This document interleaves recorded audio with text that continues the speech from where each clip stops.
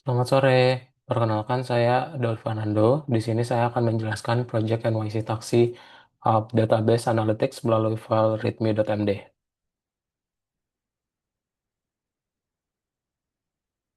Project ini merupakan capstone Project 2 yang melanjutkan pipeline NYC Yellow Taxi Juni 2026 dari capstone Project 1 ke PostgreSQL.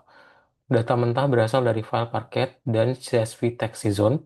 Pipeline memuat data tersebut ke layer bronze, membersihkannya dengan SQL ke layar silver, merangkumnya ke layer gold. Lalu menjalankan 23 business questions, semua hasil query aktual disimpan terpisah dari source SQL agar proses analisis bisa dilacak dengan jelas. Di bagian arsitektur, README-MD menunjukkan alur utama project, data dari NYC TLC Parquet, dan CSV masuk ke Bronze Row Taxi Trips dan Bronze Row Taxi Zones. Layer Bronze menyimpan data mentah dengan struktur yang masih dekat dengan file sumber. Setelah itu, SQL Data Quality Rules dan transformasi memproses data ke Silver, Taxi Trips Client, dan Silver Data Quality Issues. Layer Silver menyimpan data yang sudah valid, distandarisasi, dan siap dianalisis. Berikutnya, data Silver diringkas ke Gold, Marks, dan Views. Layers Gold menyediakan tabel dan view analitik untuk aggregation, join, ranking, trend, dan window analysis. Setelah goal tersedia, pipeline menjalankan 23 query bisnis dan menyimpan hasil ke query result atau CSV dan query result atau markdown. Sorry, query result di folder CSV dan query result di folder markdown. Di sini dan juga di sini. Skema audit mencatat status pipeline, jumlah row, durasi proses, dan proses load. Dengan audit ini, setiap run pipeline memiliki histori operasional yang jelas. README juga mencantumkan lokasi IRD lengkap di docs IRD. Di bagian struktur penting, README menjelaskan fungsi setiap folder. Folder data row menyimpan row parquet dan zone CSV, tetapi file besar ini tidak di-commit ke GitHub. Folder DB init berisi 7 file SQL untuk membuat skema, table, constraint, view, dan functions. Folder queries menyimpan 23 source SQL untuk business questions. Folder query result CSV menyimpan output CSV aktual, sedangkan query result markdown menyimpan tabel dan insight per query. File query result manifest.csv mencatat status eksekusi seluruh query. File query result summary berisi ringkasan report. Folder logs menyimpan runtime log dari pipeline.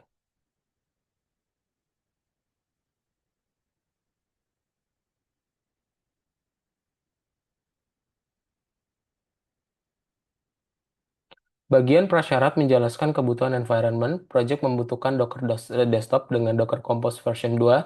Jika menjalankan batch entry point dari Windows, user memakai WSL. Project juga membutuhkan ruang disk yang cukup karena PostgreSQL menyimpan jutaan row dari row parquet. Python lokal tidak wajib karena loader berjalan di dalam kontainer. Di bagian konfigurasi, README menjelaskan bahwa semua setting memakai environment variable. User bisa menyalin env example menjadi env jika ingin mengganti default. File env menyimpan konfigurasi database seperti host, port, user, password, dan database name. Credential default hanya digunakan untuk development lokal, sehingga env tidak boleh di-commit. Bagian menjalankan end-to-end menjelaskan dua cara eksekusi. Cara pertama memakai WSL, user masuk ke folder project, memberi permission execute dan script run database pipeline SH.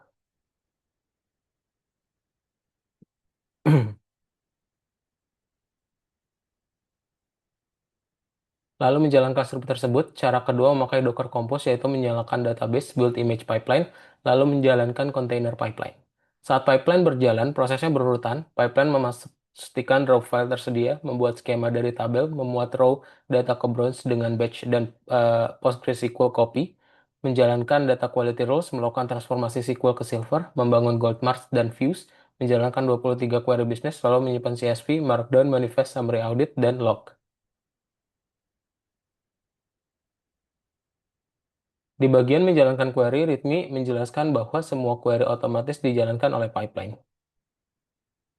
Jika ingin menjalankan satu query secara manual, user bisa memakai Docker Compose Accept DBP SQL dan mengarahkan file SQL tertentu dari folder queries.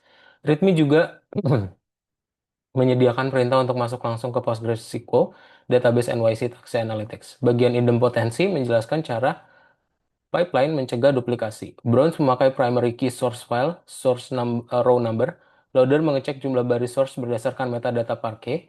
Jika jumlah row sudah cocok, loader melewati proses load. Jika load sebelumnya parsial, pipeline menghapus row untuk source tersebut dalam transaksi, lalu memuat ulang data secara bersih. Silver dan Gold dibangun ulang secara transaksional melalui Silver Refresh, Silver Run ID, dan Gold Refresh Merge.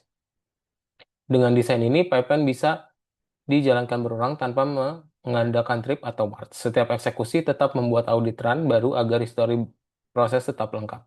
Di bagian logging, README menjelaskan bahwa setiap eksekusi memuat ulang logs pipeline. Log dari keadaan kosong ini membuat log run terbaru bersih dari trashback atau pesan run lama.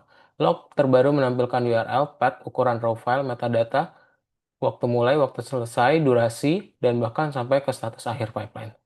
Bagian data quality, Rules membagi masalah data menjadi severity error dan warning. Severity error memuat record keluar dari Silver Taxi Trips Clean. Contohnya daytime null, pickup tidak sampai sebelum drop off, dan sampai ke count negatif. Severity warning tetap masuk ke Silver dan dicatat untuk audit. Contohnya passenger count null di atas 1000, dan aturan ini menjaga kualitas data tanpa menghapus record mencurigakan secara diam-diam.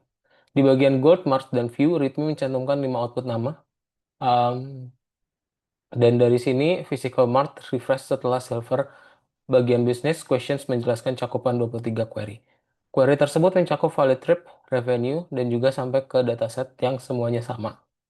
Di bagian reset database, README menyediakan perintah Docker Compose Down. Perintah ini menghapus persistent database, local project, raw file di raw data tetap aman karena berada di host folder. Bagian pengujian menjelaskan validasi query.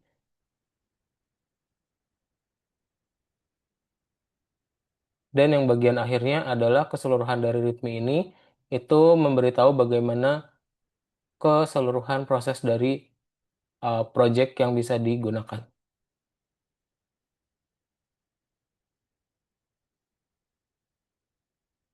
Hasil untuk lognya dapat ditampilkan di bagian sini.